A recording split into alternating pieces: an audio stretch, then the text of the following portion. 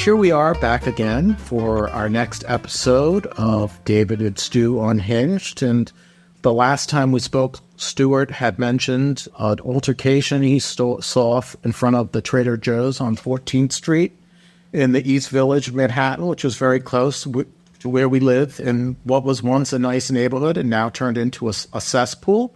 And why do I say that? Well, apparently on 1st and 14th, it's become a place for deranged homeless people to harass people. There's been violence. And a matter of fact, recently there was a fatal stabbing of a mentally ill man who had been stalking that area for months. Yeah. And this is what our city has been reduced to under the reign of terror that started when that horrible mayor, who calls himself Deblasio, that wasn't his real name. His name is Warren Wilhelm Jr. He is a German, which might explain why he cut his pizza with a knife and fork. And then he changed his name to Deblasio because he had daddy issues. And who does he pal around with? Well, Al Sharpton.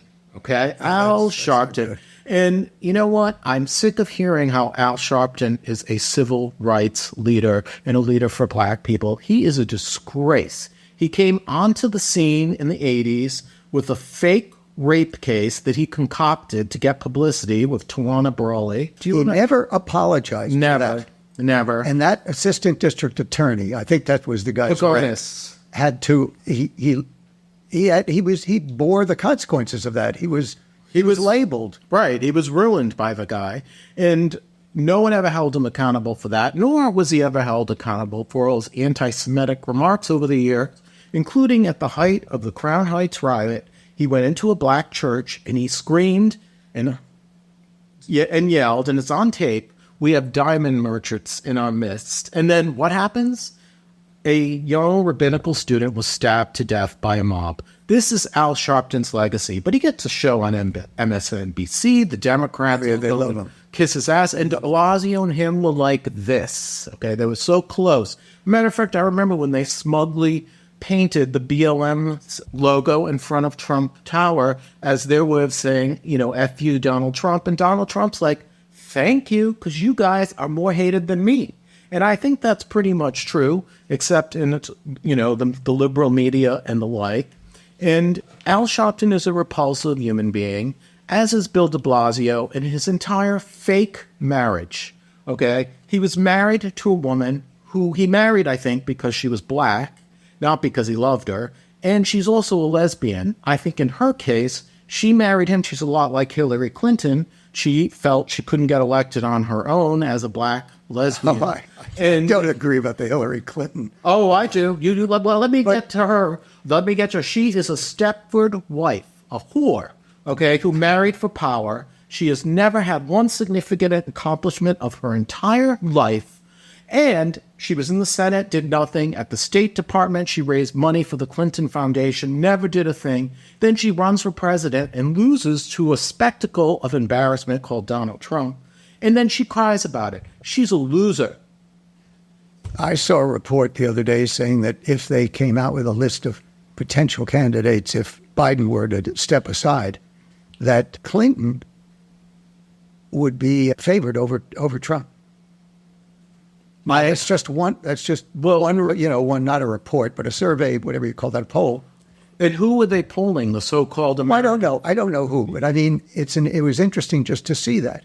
I think that's an interesting possibility, but of course, it doesn't look like we're going to have the step aside. At least not for now. It doesn't look that way. I don't know, Stuart. I'm not so sure about that. I think the crazy old Joe is like getting pushed even by Pelosi out, so he may be out soon. But I thought there was a good idea on that front. Someone came out in the Times with it, in an opinion piece saying, if he stepped aside, they should hold town hall meetings in different parts of the country with possible candidates, good possible candidates, just to expose them to the public, so that you could go into the convention and say, oh yeah, I want one of these guys or that woman. I guess. I don't know. You know what? At this point, it's so late in the process. I know. They foreclosed any Democrats from really running at the beginning, and they covered up the fact that this guy is wearing diapers and can't even communicate in a normal manner. And now they're in a rock and a hard place. I don't feel bad for the Democrat Party. They're the ones who choose these turkeys year in and year out, and then they cry when they don't win and complain about stolen elections. I think, though, there's something different here about that's nasty, that they hid the situation. That they were really depriving Democratic voters of voting for some other candidate or to explore the possibilities of having another candidate. And they did that, certainly in one case by not having him do any, have press conferences. I mean, we hadn't heard from him in so long. And that's one way of making clear that he can't talk extemporaneously. No, he can. I mean, let's face it. He's never really been all that bright. He's one of the dumbest men in American politics. I mean, may I quote, was it Obama's defense secretary wrote a book, and in it he was quoted as saying, Joe Biden has been wrong on every foreign policy issue in the last 30 years, and the proof is in the pudding. He is a disaster. He has been a disastrous presidency. He was supposed to bring this country together. We are more torn apart than ever. That's true. And all I hear about from these people is how terrible Donald Trump is. Well, Donald Trump doesn't exist in a vacuum. He exists because of them. And they have encouraged his candidacy. They wanted him. They created this albatross. I think we've covered him enough. Who? Which one? Some of those guys in the politics for the moment. We need to get, I think, some other subject on tap here. I'm willing to start. You're willing to start one? Well, you go right ahead, Stuart. I think it's a good idea to do something. This is something that I've just been reading about in the last 3-4 days. I know it's a touchy subject, not touchy, but a difficult subject. Oh, we're going to go into a little less controversial from the last stuff. Well, there'll be there's some controversy. It won't be violent, but there will be on the subject. The subject is assisted suicide. And I know, and it came about in an odd way. I was reading a story, and here are some of the facts. In 1979, a 5-year-old English boy named Hamish, he was diagnosed with neuroblastoma, which seems to affect children more than others, but is a raging disease and a condition. And he was given 3 months to live. He died in 1981, 2 years later, after having been going through 16 months of what his mother called just terrible treatment, not in the sense of being bad, but difficult. Chemotherapy. Hateful. Well, I don't know what other things were done as well. And so he died in 1981. And then last week, the mother of Hamish, what is her name? I don't know, Tanya or something. No, whatever it is. She went on an in-person interview with the BBC Radio and said he died in 1981 by assisted suicide. And I was the one who introduced a lethal dose of morphine via catheter into him. I simply couldn't take his pain. He couldn't take his pain. I thought it was the right thing to do. And I spoke with him and asked whether he wanted to be relieved of his pain. And the kid said yes, apparently. And she said, it's not that clear, but I knew with my heart that he knew he was going to another place. And so now England, as New York State, and that's why I think there's some additional relevance, has no assisted suicide law. There are about 10 states that do. New York State doesn't. And she said, though, in this interview, she said, if they're going to come and prosecute me, they better do it quickly because I'm dying. And 2 days ago, she died she had 3 forms of cancer, apparently. I listened to some of her interview with BBC, and you saw this very tranquil, calm woman speaking in a very loving way and sad way about her past.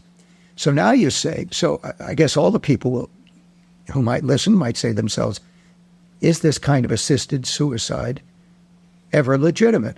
Well, if it's lawful, if you go through the right path in about 10 states, and if there's knowledgeable consent.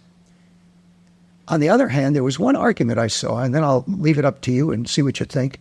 There was one other factor that some people brought up that I read of the other day. And it said, when some people who may be dying, terminally ill, and they will feel that by continuing to live, they will, and eventually dying after sucking up a lot of resources, a lot of funds, a lot of family savings, a lot of everything. They feel that they'd be taking away the future from those who would otherwise get the cash or the property or whatever, and that it places a burden on them to be there, to live. What do you think about that? I might ask you. Is that a legitimate perspective? You're Catholic, so I know there's that Catholic perspective. I'm not really Catholic, Stuart. I denounce all organized religion. Okay. But I was raised. That is a Catholic position. Would it not be that you can't take his life? I think the Catholic position is, they're against, bringing about death. They're against abortion. But I'm not all that religious. But what's your feeling on that? Well, the problem is with this whole assisted suicide thing. It's definitely a complicated issue. It's a very sensitive issue. I mean, the context that you just described with the woman kind of giving relief to someone who was dying anyway, I think, did she really kill him? He was dying anyway, and there was no way to save him. But the problem is that I find that something like this is really a slippery slope. Where do you draw the line? Personally, I would like to perform a few assisted suicides. That's interesting. There's a number of people I'd like to. Oh no, you want to choose the people. Exactly. Oh no. There's a lot of people who need to go, Stuart, and it's about time. But on a serious, it's a serious note. I have to say, I think overall, I don't know if I have a good answer to this question and what you've raised, because it's a very tricky subject. Because there was Dr. Kevorkian who performed assisted suicides, and then the guy went around kind of soliciting people for death, right? Dr. Death. Right, and he abused what could have otherwise been a legitimate... When was that? Do you recall? I forgot. That was in the 90s, I think. Dr. Kevorkian, yeah. Right, Dr. Kevorkian. And unfortunately, I think he was obviously mentally ill, and he was getting off on killing people. But a lot of doctors have a God complex. They think they have the right to choose for us. And I think you know where I'm leading with this, don't you, Stuart? Well, I suppose you think it's too tricky to allow, and that you'd prefer to stay with no statute allowing it. Probably. I'm not sure where I end up. I just find it so terribly difficult, especially because you might have these propensities on the part of the caregiver, who's the likely person to be in charge of this. To end something that they shouldn't be ending, right? But this case was so real and so tender to me, I just felt troubled by it. Well, it is a troubling scenario, and in that situation where the mother did the best thing for someone who was suffering, you can't feel anything but empathy for her. Yeah. But the problem is, does it get abused in other situations? For example, you're a caregiver, you're taking care of someone, the person has a lot of money, they're going to die. Do you end it sooner so you can get your hands on the money? And we could see that happening. Oh, I can see that happening. I'm not going to go too far with this now. Oh, go. No, just a little ways. I know there's kind of caregiving, not to a terminal person, but there's caregiving in this building that at one time was dishonorable. Really? You're not getting any more from me. Don't go into this. So you think there was someone in our building who was mistreated in the caregiving scenario? Actually, in one or two ways that I'm not entirely sure of, but in a financial way is what I'm talking about. Oh, well, that should not surprise me. I've seen some of our neighbors. I mean, I don't hate them all, but there are a lot of them who are just repulsive. And the building has gone down the tubes because before this building, when I first moved in here in 1996 approximately, it was filled with NYU professors, professionals, families. And as this neighborhood and the real estate values have gone up, the quality of the people they have moved into this building because of the costs have been unpleasant. They're the kind of people who go to the Hamptons. The Hamptons is one of the most vulgar, nouveau riche spectacles you've ever seen in the life. And they all talk about it like it's paradise. But when you go to the Hamptons, in order to get to a beach, it's like going through the desert. Yes. You order a chicken salad, it costs you $80. It's all these people fighting to get into restaurants. They drive around with their smug entitlement. I mean, seriously, I couldn't think of a more unpleasant way to spend your summer than running around with all these Botox buffoons. I mean, the Hamptons should be eliminated from the face of the earth, as far as I'm concerned, as well as the vulgar, nouveau riche people who go there and then pretend like they're new, old money, prestige, blah, blah, blah. They're just people who don't have any creativity, because there are a lot nicer places to go for summer, and you don't have to wait in line to go to a Gucci or a Loro Piano. And, you know, it's the most disgraceful, embarrassing spectacle. And this just reminds me, like, when I sent my daughter to that horrible private school, which was the hugest mistake I ever made in my life. I used to try to participate because I was a single father, yes. and I'd go to the cocktail parties and the like. And it's called Avenues, the World School, although I call it the worst school because it was terrible. I'd go, and all those people would do is name drop. Oh, we were in Amagansett this summer at our home. We were in Quahog. And I was like, who the hell cares? Exactly. I was like, why not Saint-Tropez? If you're going to brag about going to someplace, why would you brag about going to Long Island? I mean, seriously. And like Montauk used to be a place where artists went, Andy Warhol, etc.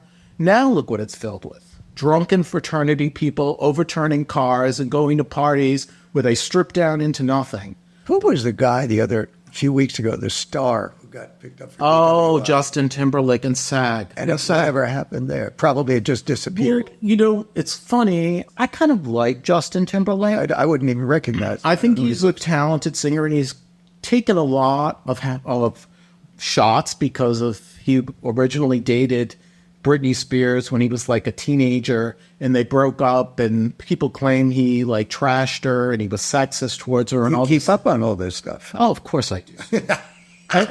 You should be reading People Marry. But the long and the short of it is Britney Spears has been turned into a feminist icon. Okay. Really?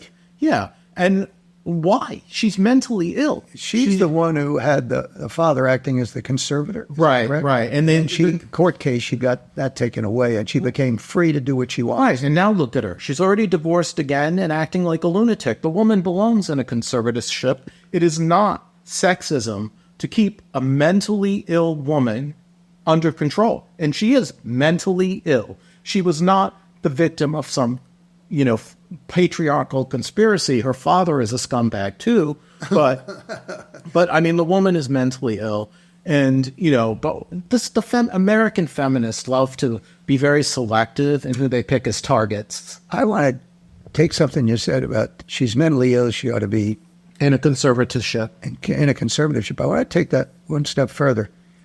In the city, among our problems on the streets and in the subways and on East 14th Street and First Avenue and other places are lots of homeless, lots of derelicts, and lots of mentally ill people.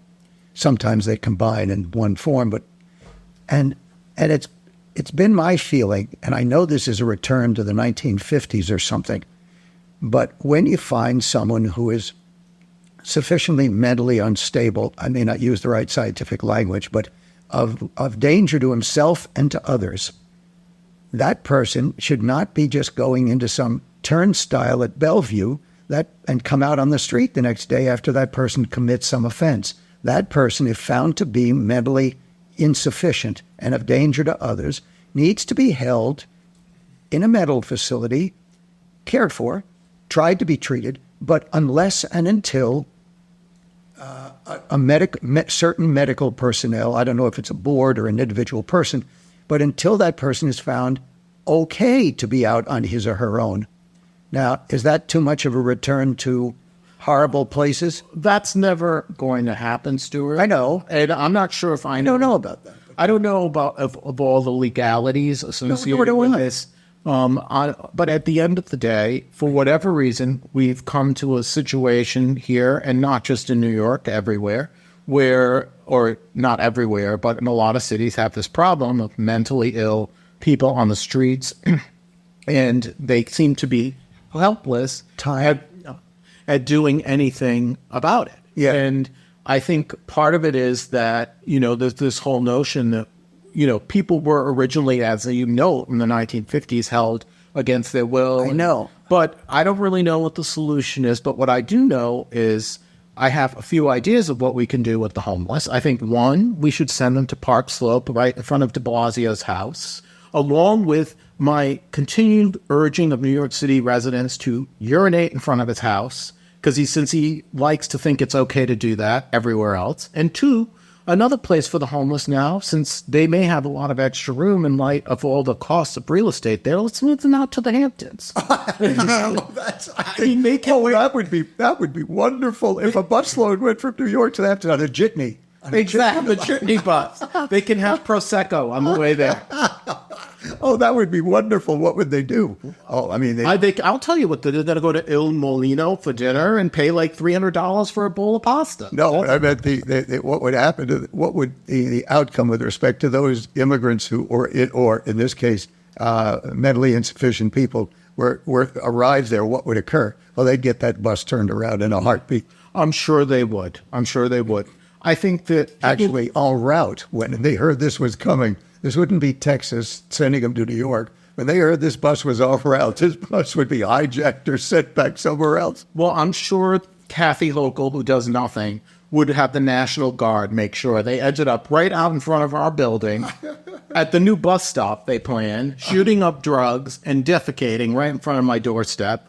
Because that's why here in New York City, we pay some of the highest taxes in the country for some of the worst public services. And I don't just include the quality of life issues. The New York City public school system is a mess, a disaster. And they made it worse during COVID when they locked children out of school at the behest of one of the most fraudulent people in American history, Dr. Anthony Fauci, who I agree with some of these right-wing lunatics. He should have his license revoked.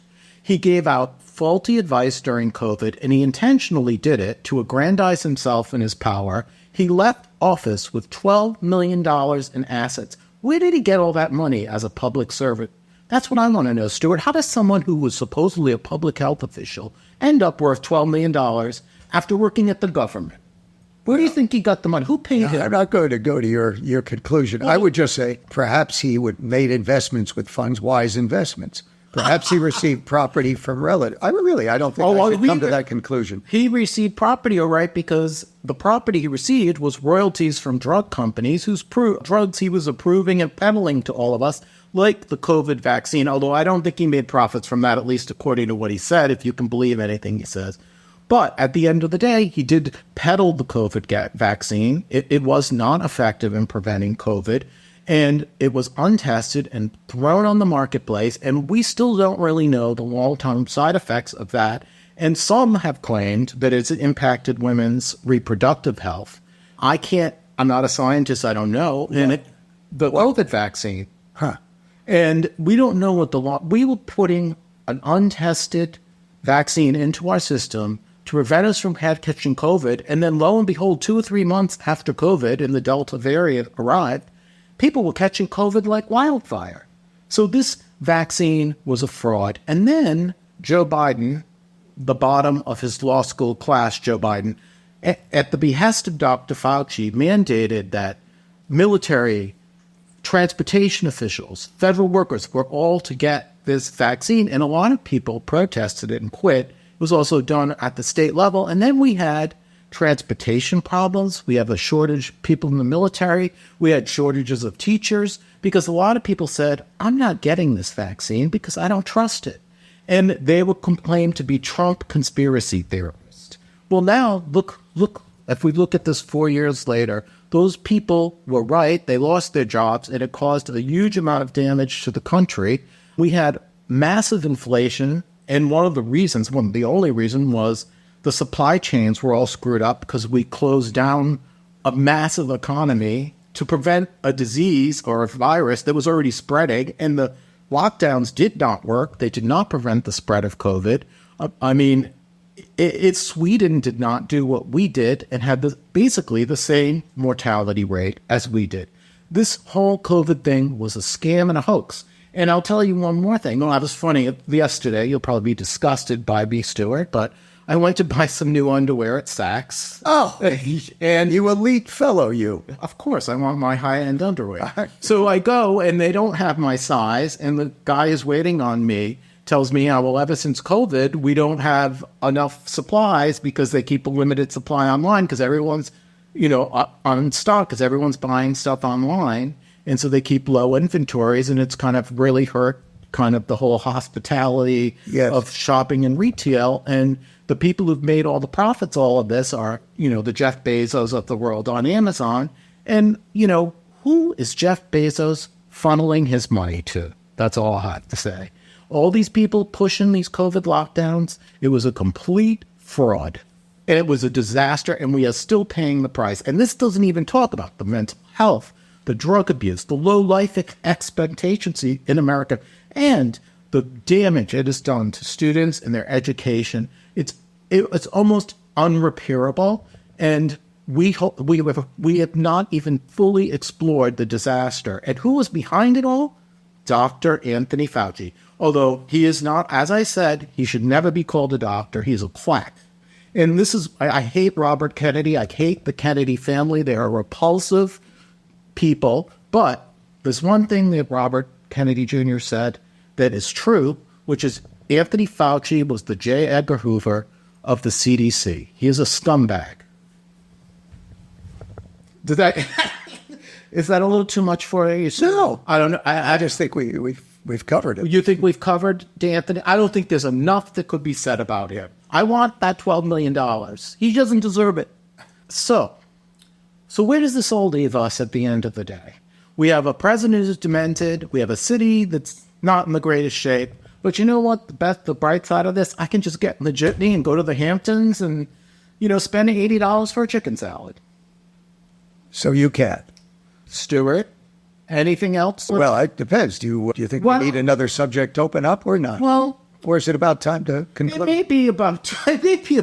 I think I have to admit, I'm sorry. I think I got a little carried away today. I think I'm I don't know, something set me off. Maybe it was the heat. Maybe it was just I'm in a bad mood. But I went off a little more than usual.